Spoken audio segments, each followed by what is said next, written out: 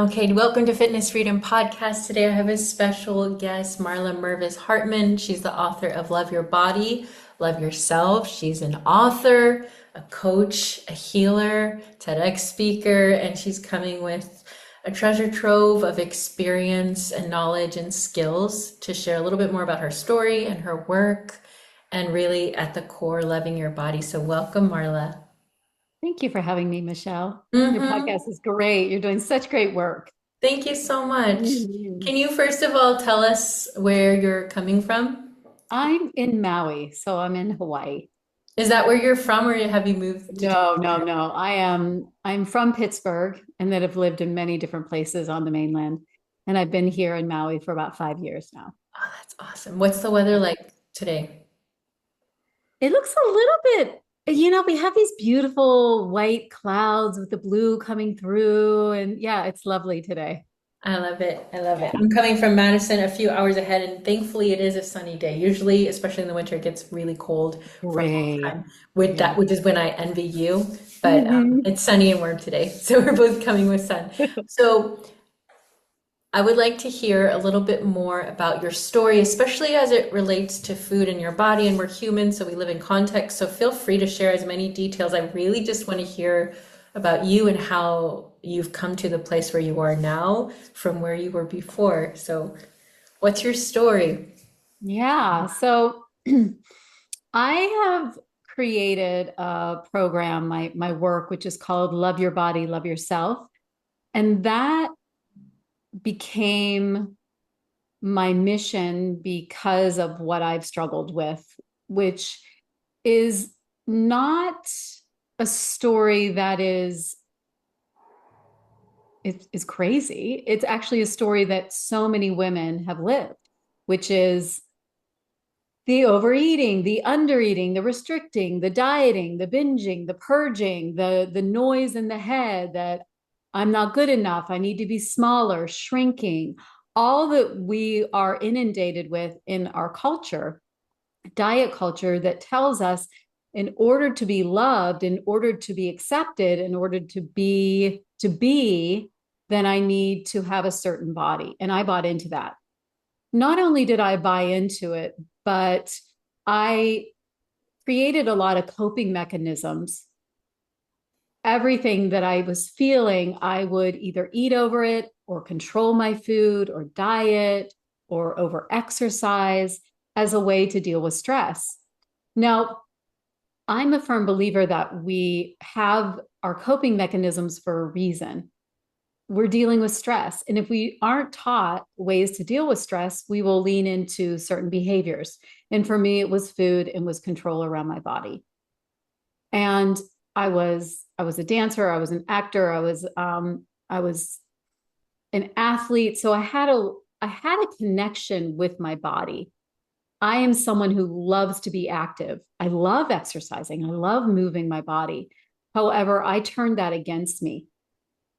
And I believed that the only issue that I had in my life was that I couldn't control my food and I wasn't the weight that I wanted to be. That was my belief because I was crazy. I literally was thinking about it all the time. I wasn't able to be in a conversation where I wasn't concerned about what I looked like. I was preoccupied. And it wasn't preoccupation from a place of being vain, although it may have started there. It was the preoccupation that happens when you're addicted to negativity and you where I believed my negative thoughts. So after, gosh, I've had many dark nights of the soul with my body and food. Some of them, gosh, it's such a juxtaposition. I remember being so hungry and I had waited so long to eat that I couldn't even put anything in because my whole body, my all like everything, all my insides just kind of cramped up because it was like wanting food for so long and I was denying it. And then the other side of that of binging, so like eating and eating and eating and not being able to stop, not wanting to stop, but wanting to stop. And that hell that happens. when we're in that place. I don't want to be doing this, but I want to be doing this, and I can't get out of it, but I don't really want to get out of it. And so after one of those very intense dark nights of the soul, I had this epiphany that, okay, I know what this is. I am going to get this under control. I am going to control my food like I've never controlled it before. And I'm going to exercise, and I'm going to get to that number, because what I thought, Michelle, I mean, it's so silly. I mean, it's such silliness, but the things that we say and we believe, if I hit that number must mean that I'm free, because that number means that I am okay with food, and that I have a good I thought it meant that I would have a good relationship with food. Mm-hmm.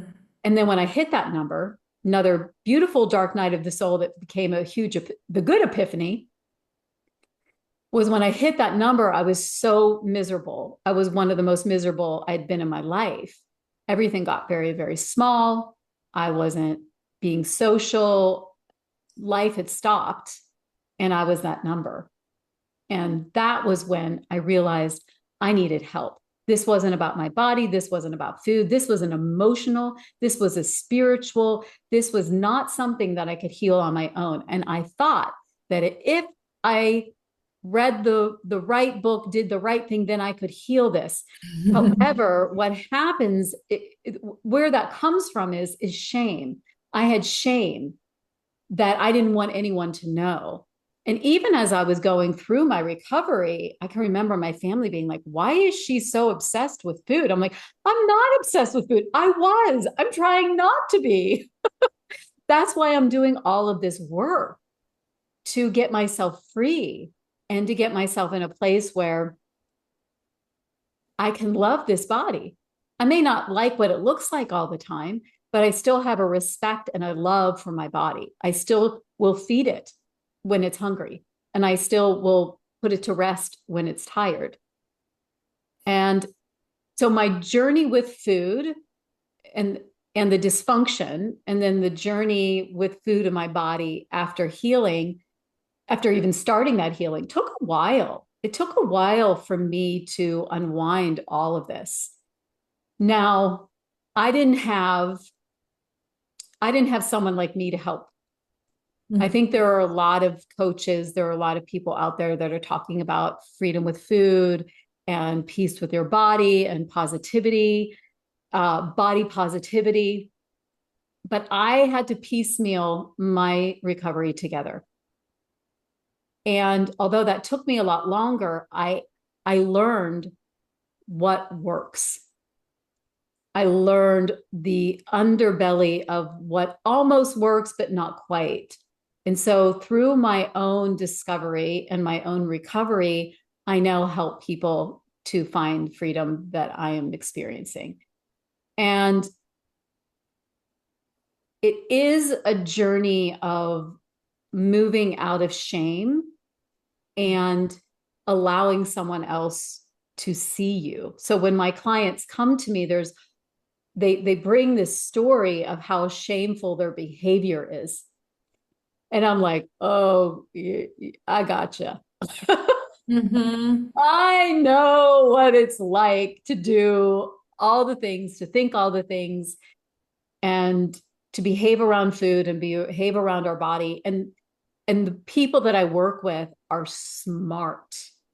They are smart. They are prosperous. They are in their lives. They are loved. And yet they have this crutch, this experience that is in the way that they can see their life. They're like, my life is amazing, and I'm not actually living it because I'm in this hell with my body and food. And it's that, to me, that's the shame. That's what brings me to my knees in prayer for people, that to move past that and to move through into the light of what's possible. Yeah, you're so right. Well, I think there's a turning point in your story too, of where you realized you needed help, external help. That's a humbling point where you Mhm. admit to yourself that this is so bad, and hopefully not everyone listening to this has had to or has to go to that length, but sometimes that's how we learn to finally reach out for help. And because I can relate to that as well, where it was like, I need something external and this is an issue. But you're so right in saying that what keeps us from getting help often is the feeling of shame that my behaviors are too bad for someone to understand, my behaviors are too extreme to be even helped. This is, and it keeps it festering because it's like this secret place. And even if your behaviors in front of other people might appear somewhat normal, when you eat by yourself or the way that you exercise, there's a lot of secrecy, the way that you think and you know that you think. Shame is what perpetuates it, right? Absolutely. I was so secretive. Mm. My food issues were so secretive because on the outside, I looked like someone who was very healthy. I was just very health conscious. I worked out, I ate, I had a healthy diet. And so from the outside, it looked like I I would be a role model on how to eat and be with your body. But where it came from, and that's the difference. My behaviors didn't come from love. They came from I am disgusting and my body is something is wrong and ew. And that motivation to eat a certain way or to not eat a certain way or to move my body in a certain way. Now, some of those behaviors that I had back then, I'm doing now. Mhm. I'm healthy. I move my body, but it's not coming from the same place. It's coming from a place of listening and attuning. It isn't overriding. I mean, of course, I'm still unwinding this. I think we all are in a journey of figuring out what do these bodies want and how do they want to be treated and how do they want to be cared for. And sometimes I do it well and sometimes I do it really crappy. But I'm always going in the direction of figuring that out Mhm. because I want to live. I mean, my goal is to be healthier and healthier every year of my life. You know, people will say that with age, like, oh, as you get older, you get unhealthy. And like, no, I'm not going to get unhealthy.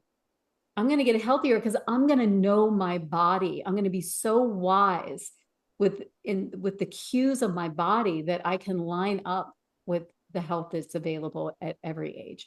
That's my goal. That's my intention. Mhm. And I like that you said what's available, like within what is available to you. Yeah. Yeah.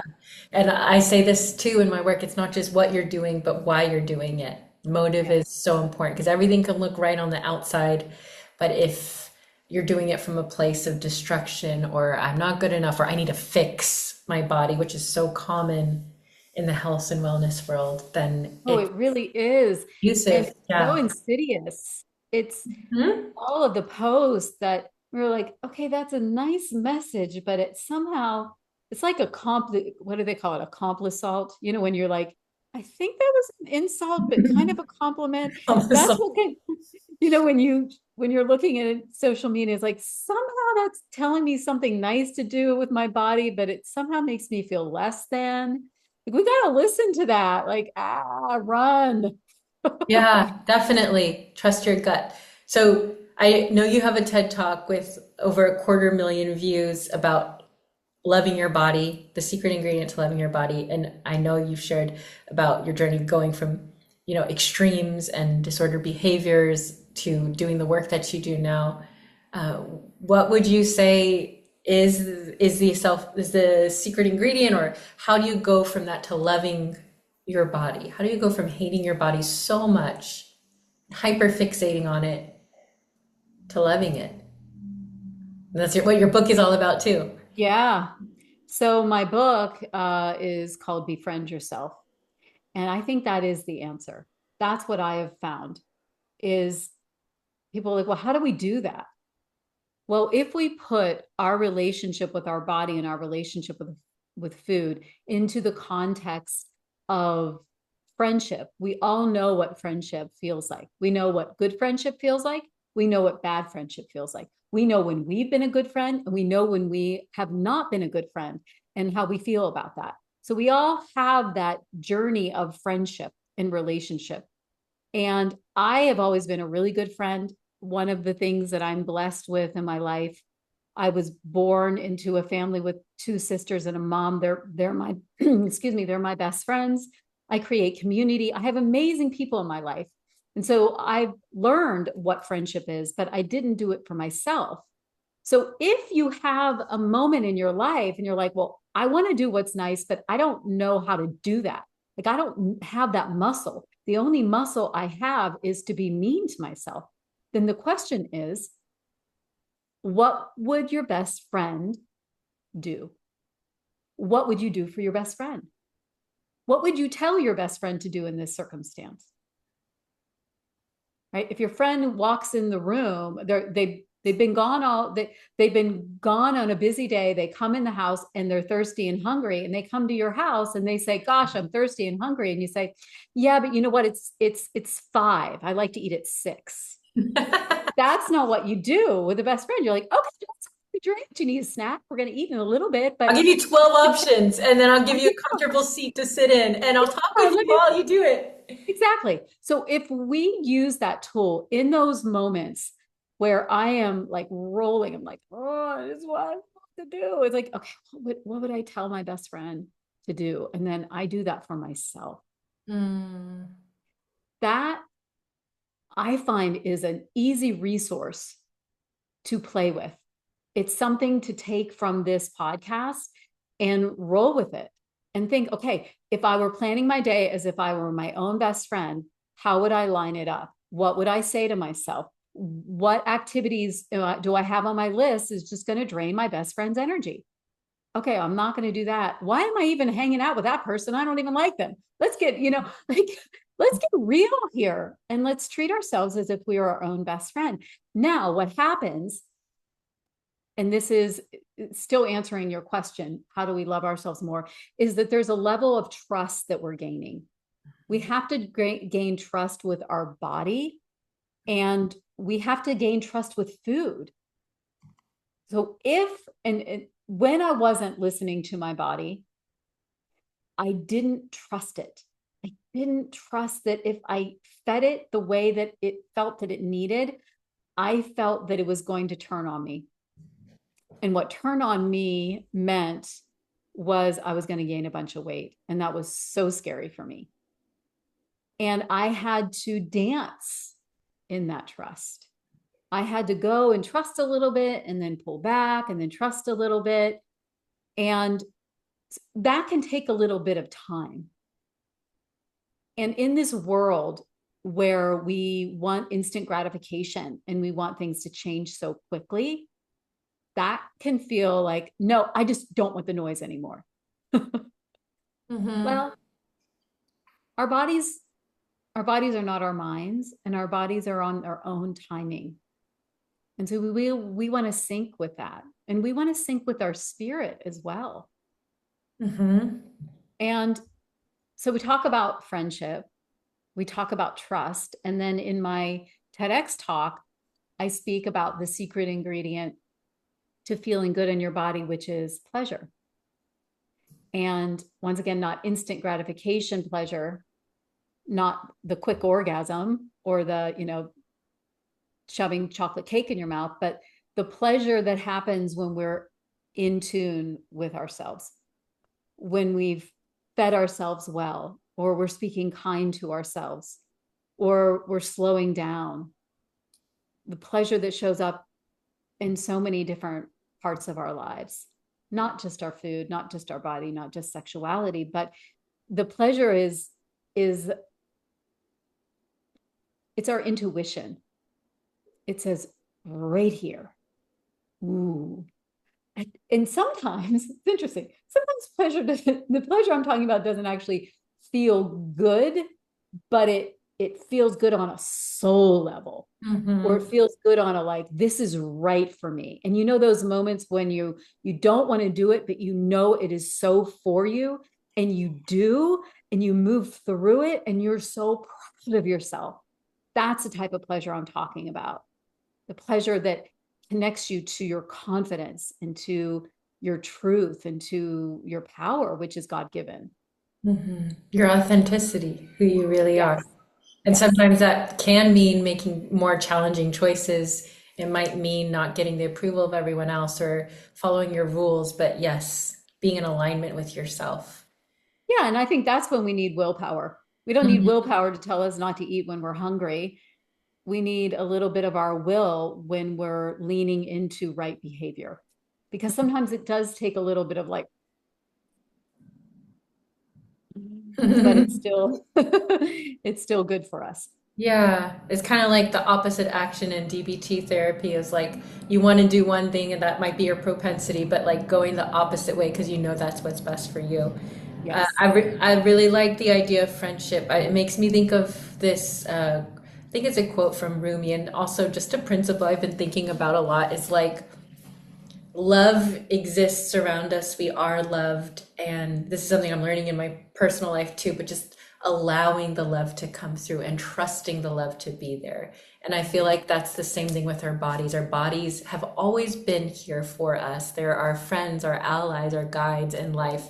And when we've experienced lots of extremes around food and exercise, when we've distrusted it so much and tried to will it into submission or control it to be a certain way, there's some trust broken, but even then our bodies still love us, so to speak, or are there for us. And if we can rebuild that trust, like like a friendship, you fight a lot, you're going to have to rebuild some trust and do some repair in any relationship. That repair might take time. It takes a lot of consistent positive interactions over time to rebuild that trust, but when we can do that, then we can start to hear our bodies more, and it will really, as we listen to our intuition, as you were saying, will guide us. Yeah, that's beautiful. Thank you so much, Michelle. That's lovely. And Hmm. I think there's also that piece that the body keeps the score. If we know that book, if anyone Hmm. knows that book about trauma. Hmm. And when we're so mean to our bodies for so long, the body it wins.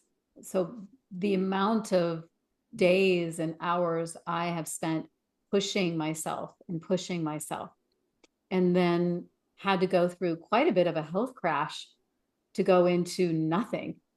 Like I can't do anything. And the anger that I had towards my body, like, why are you doing this? Why can't you even go to the bathroom and come back and not be exhausted? Well, I did that. I created that. Now, I'm not saying we all, we do have health issues that do come. However, my level of pushing and the cortisol that I activated in my system, like our bodies can only handle so much. Hmm. And I think about, my sweet little knee that is still challenged because I was an over exerciser. I was an exercise bulimic. I ate and then I exercised. And I did not listen when my body told me to stop. Yeah. Yeah. Our bodies are wise and trying to protect us in that way too. It's like, please, please, please stop. Please, I'm just going to shut down because you're not listening to me. So I'm just going to make you stop everything. Yeah. One of the stories I tell in my book is how I was at the gym and it was way too early. I was up very late at night and I got up super early to work out. And as I was on the treadmill, I literally fell asleep and I crashed and burned bad. Wow. Yeah. So talk about a wake up call that I didn't get until years later. I'm like, oh, that was a wake up call. That was a very clear sign that things were not right. I didn't get it then. I didn't get it. Yeah. Luckily, I didn't break anything, but I was bruised all over the one side of my body. Wow. That's Yeah. extreme. Yeah. And being a friend to your body, becoming friends with your body, gaining trust, practicing pleasure in presence, like a big part of that is just being kinder to yourself, compassion, And that's come sometimes, especially when there's so much shame. I feel like shame is like the opposite almost of compassion because shame says, you should be doing this. Why aren't you doing this? What's wrong with you? It's that critical voice. But compassion can be the antidote where it's like, I love myself. I understand myself. I'm here for myself. How do you, can we say it in a practical way? Like, let's say Yes. someone is struggling with let's say food in specific, and you've been on the side of, restriction and binging, to use those terms. How do you use compassion to heal some of that, or even to dilute some of that? Like, what is your take on compassion and how it relates to food? It's imperative, 100%. And you're speaking to a concept that I love to talk people through and walk people through. So we have our shame, we have our moment of binge eating, let's say. So when someone is binge eating, they go into shame mode. And then from that place of shame, they go into action. And the action is, I'm going to use my willpower. I'm not going to eat.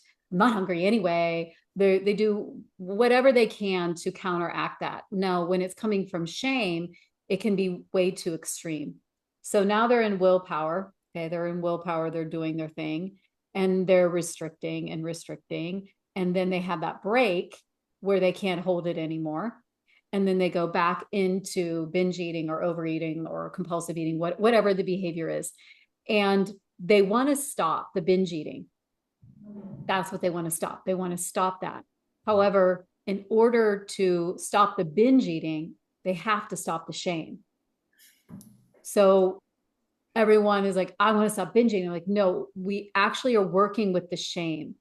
So even if you binge right now, I don't even care because I want to work with what shows up around the binge eating.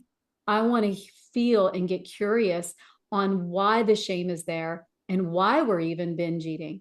So to connect shame and compassion, what we need is curiosity. We need to get curious. So curiosity is the fluid. It's the fluid that goes, huh? Well, why did I binge eat? This is interesting. What led me to this place? What got me here? Why?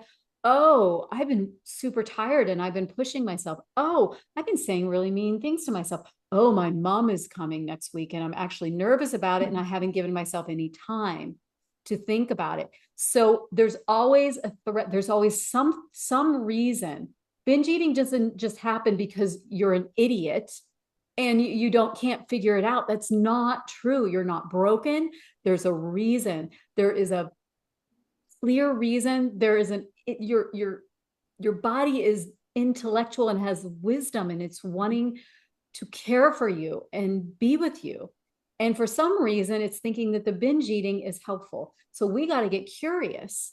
And so when we get curious and we're in the curiosity, we can go, oh, oh, okay, here's compassion. Oh, actually really nervous about this, or I'm scared, or gosh, I need to deal with this thing that I haven't dealt with. I can feel it creeping up and I keep pushing it down, or whatever it is. It could be a gazillion things. It could be something, for me, it could be something as so simple as I didn't speak up and it's still lingering, or something big like, okay, this wounding is here and wants to be dealt with, or just self-care. Like I'm not caring for myself.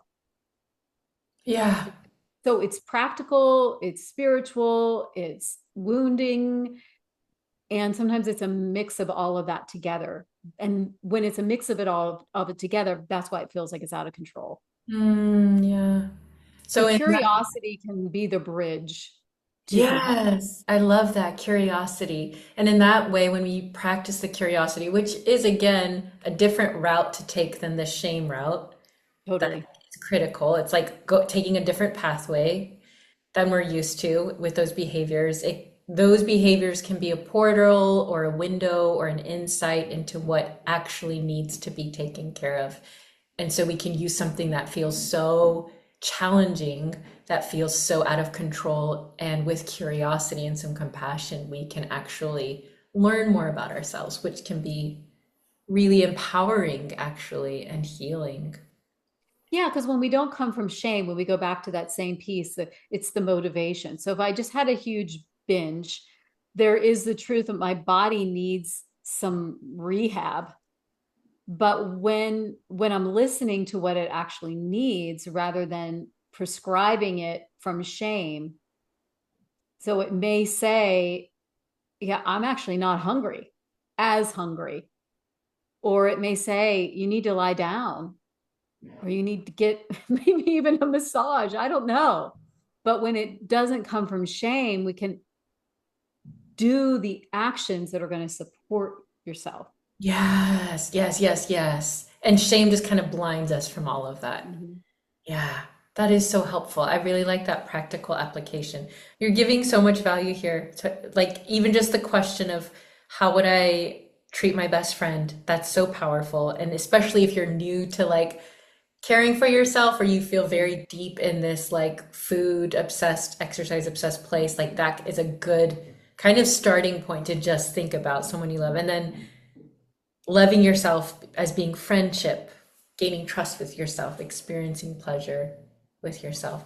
And before I ask you one question that I ask all of my guests, um, where can people find you? Because I know you have such a wealth of knowledge and experience, and I know that you actually help people get through these things. And so, and you've written your book. Where would you like people to find you, or how would you like people to connect with you? Yeah, I think At the all. easiest would be just to come to loveyourbodyloveyourself.com. When you go there, you'll see that I have a free course called Breaking the Cycle of Emotional Eating. So, emotional eating, dieting, restricting, all the things that come underneath that umbrella.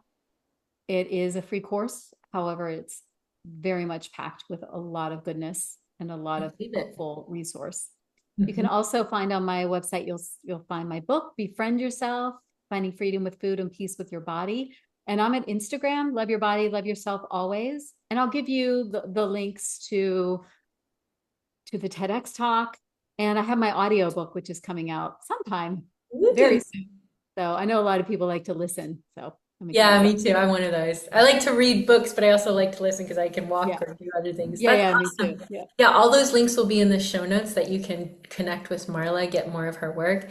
And this is one question that I ask all of my guests, and I want to ask you is if you could share one message of health with the world, you have a microphone and everyone in the world can hear it, just based on your experience, your knowledge, and your personal story, what would you say? Well, so many of the things that I just said, I would say, but let's see if there's something new here, something different that wants to come up. Mm-hmm. Hmm. Love it. What is alive right now to share is that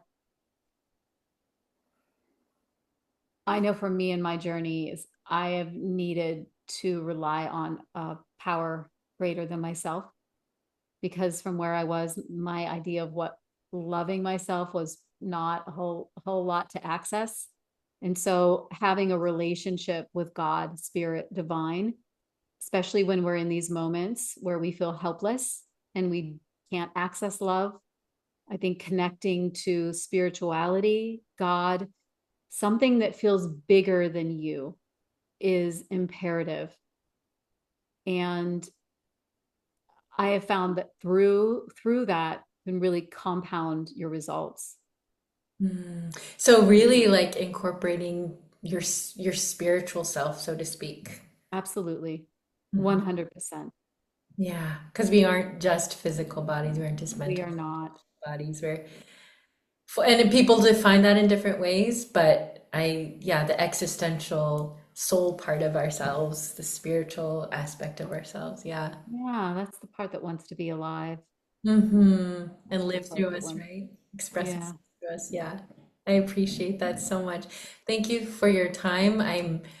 Please check out. I've been looking through your work. It's so worth checking out Marla's work. Check out our website, get a free resource. Watch her TED Talk. I really enjoyed your TED Talk. That was so Okay. good. Get her Thank you. book. And thank you so much for your time and sharing Yeah, knowledge thank with us you. today. Thank you, Michelle.